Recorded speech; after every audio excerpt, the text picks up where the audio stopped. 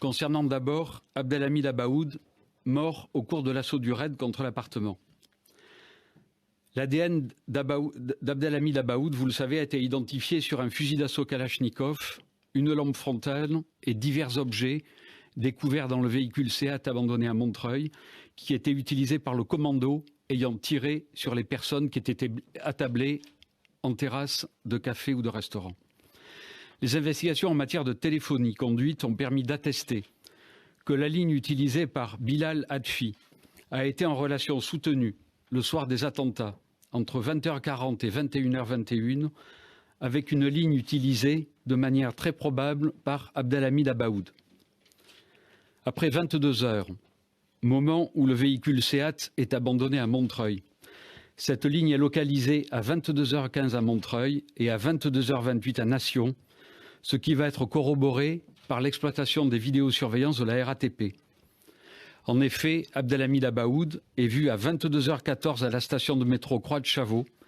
en compagnie d'un second individu non identifié, puis à 22h26, où tous deux vont sortir à la station Nation. En outre, la géolocalisation de la ligne présumée d'Abdelhamid Abaoud a attesté, entre 22h28 et 0h28, d'une présence dans les 12e, 11e et 10e arrondissements, et notamment à proximité de la salle de concert du Bataclan.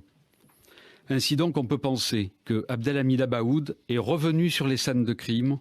après les attentats commis sur les terrasses des cafés et restaurants des 10e et 11e arrondissements, et alors que la BRI intervenait encore au Bataclan.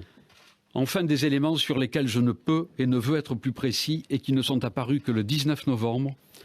laissent penser que les deux terroristes, Abaoud et l'homme retrouvé à ses côtés dans l'appartement,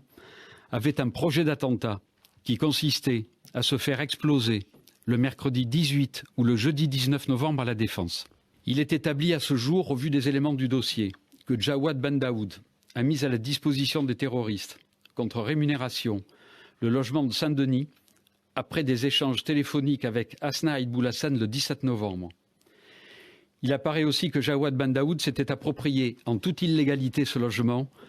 qui lui servait de manière habituelle à des activités de marchand de sommeil, et qu'il a été ainsi en contact avec Hasna Aïd Boulassane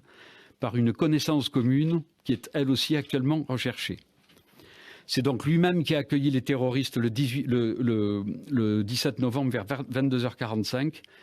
Il ne pouvait douter, c'est en tout cas ce que nous pensons au vu des éléments du dossier, au vu de ses échanges avec Hasna,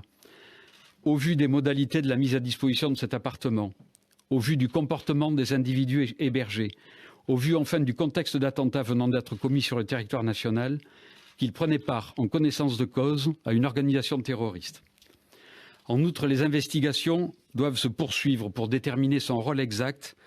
dans la mesure où il apparaît d'ores et déjà en lien avant et après les attentats avec une ligne téléphonique belge,